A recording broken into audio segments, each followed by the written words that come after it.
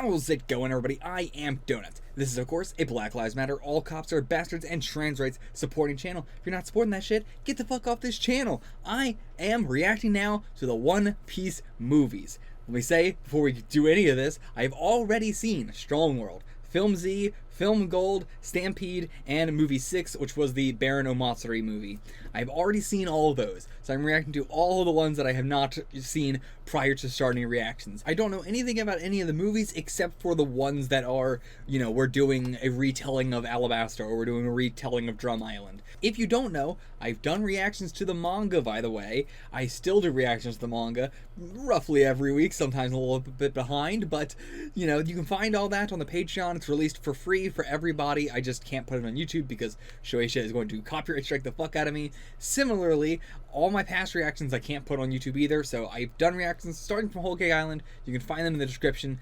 The Whole Cake Island reactions are remastered, and I am slowly trying to remaster the rest of them, so give me time for that. By remastered, I essentially mean just cutting out all the stuff that was only relevant at the time I recorded it, like talking about a scheduling thing, or sometimes there's just mistakes in the editing left in, or I accidentally left in an entire chapter of Promised Neverland in one of the compilations. So they really need to be remastered. They are the laziest slapped together shit I've ever done. So give me some time. I'm still working. It's gonna take a long time for the Wano ones to be remastered, but working on it.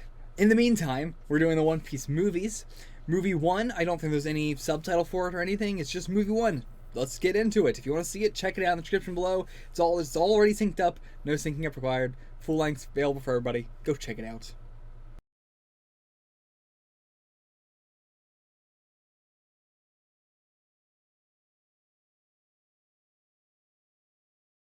Oh man, very unconventional. Not what I was expecting from a movie at all. Especially from the first movie. Maybe from something else, but not from the first movie. Wow. This definitely would feel like One Piece the movie when it came out. I feel like I would definitely say, you know, it has that vibe. It is interesting that they put Sanji in the ending credits, just not even like just a picture of Sanji there in the ending credits, and he is in the opening, but not in the rest of the movie before Sanji in the movie. Really weird choice. And yeah, I assume this movie is 51 minutes long, so I didn't even catch that. Damn, this is a short movie. Yeah, I could see they put the opening in there to pad it out even a little bit more. This is like 2 episodes of a show. So, first of all, I really like that we defeated the villains. Like, that we defeated the final villain, we defeated the henchmen and everything. We defeated all of them. And then we still had, like, we still did more plot stuff. Like, the plot wasn't over. It wasn't just an epilogue. We continued the plot, and then we moved into the epilogue. I really appreciate that. The stuff when the whole crew is together is not good. They don't know how to write this crew as a dynamic. The crosstalk was really interesting in the beginning, but none of it was good or felt like the Straw Hats. Whereas Luffy and Zoro stuff felt natural. Nami stuff felt fine when she was by herself or whatever. But yeah, I think the interaction, Usopp just fell off the whole movie. Usopp was just, I don't think they really knew what Usopp was at this time. I'm not really sure. But yeah, I think the crew was the weirdest part of the movie. Like, the crew's just being off character was like the weirdest part. But aside from that, the villains with, one, just starting this off with Wunan and thinking that that's going to be like our thing, like, okay, we're doing a whole Gold Roger Light situation, and that's kind of what we do, but that's sort of the setting for the movie rather than, you know, the real who we're facing or anything. We hold off on all that till the last bit of the movie to get that flashback, so we really don't know much about Wunan. It is this legendary pirate for the majority of the movie. And so having, what was his name? There was Golos, and there was, what was the main villain of the movie's name? I don't even remember it. El Drago, that's what it was. Boy, God, it took me so long. They say it a couple times in the movie, but man, I don't know why his name is El Drago, because it's nothing relating to his design or character in any way. But yeah, he was a he was all right. You know, the design was good, and the like quirkiness of like the voice being really high pitched and everything, that was interesting. He had a lot of different stuff going on. He had I liked his strength never feeling comedic or anything. Like, he is both the villains in the movie are very, very strong. And to be fair, during the fight with Luffy, he just lets his ass get absolutely beaten. He doesn't really try at all. Not that I think he would have been able to do anything, but he just doesn't try. He just is a ragdoll to fight throughout the whole fight. That was kind of disappointing.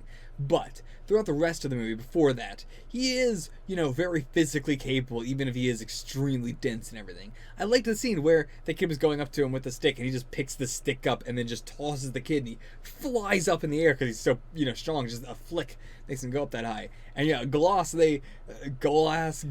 I'm not sure how you pronounce it. His power was just... I really love his sword. Looks really cool, and we keep seeing it, and it looks really dope. And then we see how powerful it is. Whew. Yeah, and so when he goes up against Zoro, I was thinking, man, it feels like he's not really trying. We just saw him take on a mountain, and he's not really doing that against Zoro right now. And then we get the confirmation, yeah, that is exactly what's going on.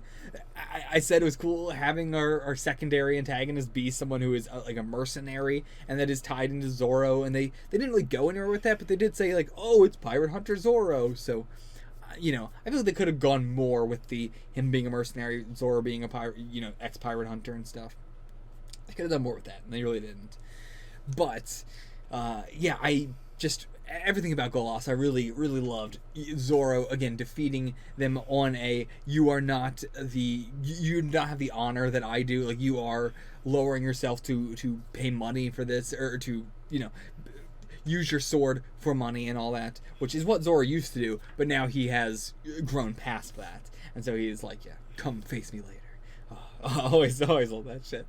And yeah, again, all of El Drago's crew was just really interesting designs. Everybody looks so different. It feels like an original, early One Piece pirate crew where they're all just, they don't have a style, they're all just mishmash pirates, like the East Blue Pirates, where they were just a bunch of people, on a pirate crew. They didn't all fit this design. It wasn't like, well, if you're gonna be a part of my crew, you have to dress like you're part of the BDSM crew, and you gotta wear horns, and you gotta, every crew now in the Grand Line in the New World has style. Even now in Wano right now, we have Kaido's Kaido's forces have their own individual, like, I took in this pirate crew, and so that whole pirate crew has a design that is all still similar to my own style. There's so much of that, and getting these people, that guy's just dressed as like Elvis, and then that guy's just a normal pirate, that guy's dressed like he's in modern times, the one's a butler, they're all over the place, one's a gangster. I really love the mismatch that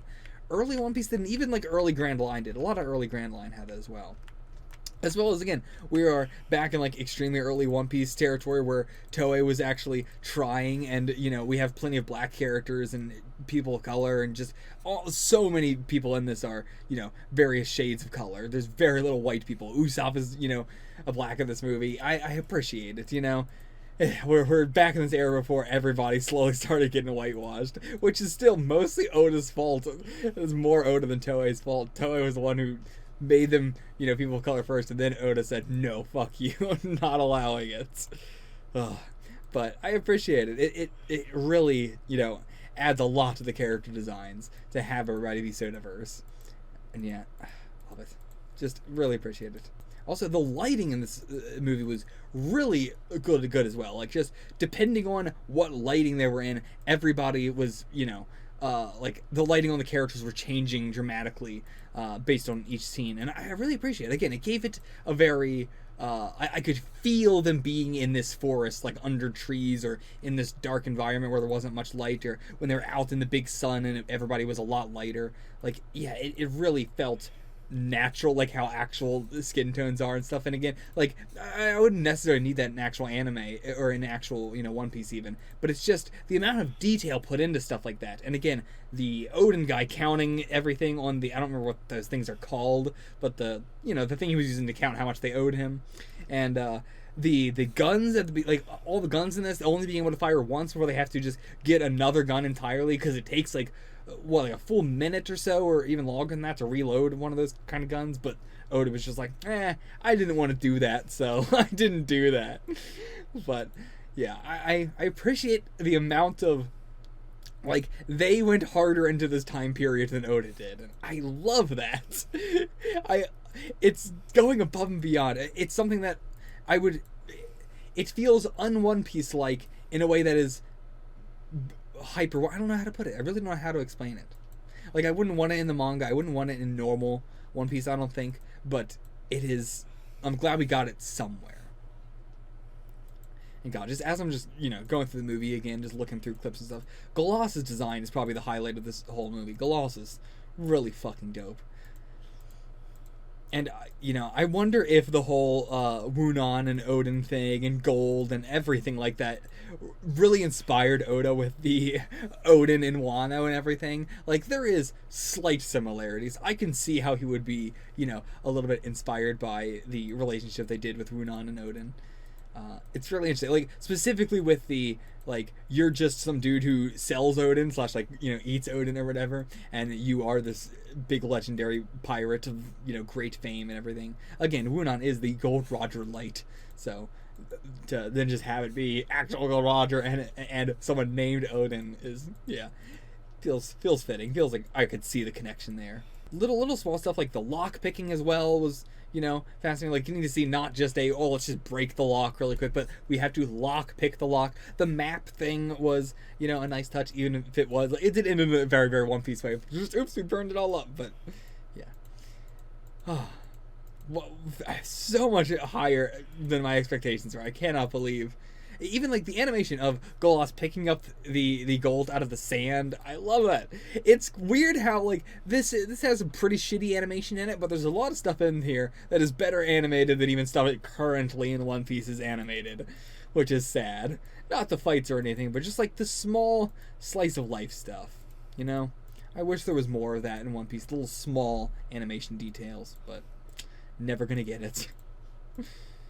Yeah, I think that's it. I think that's all I really have to say about this. Again, if you have not seen them, go check out my One Piece manga reactions in the description below.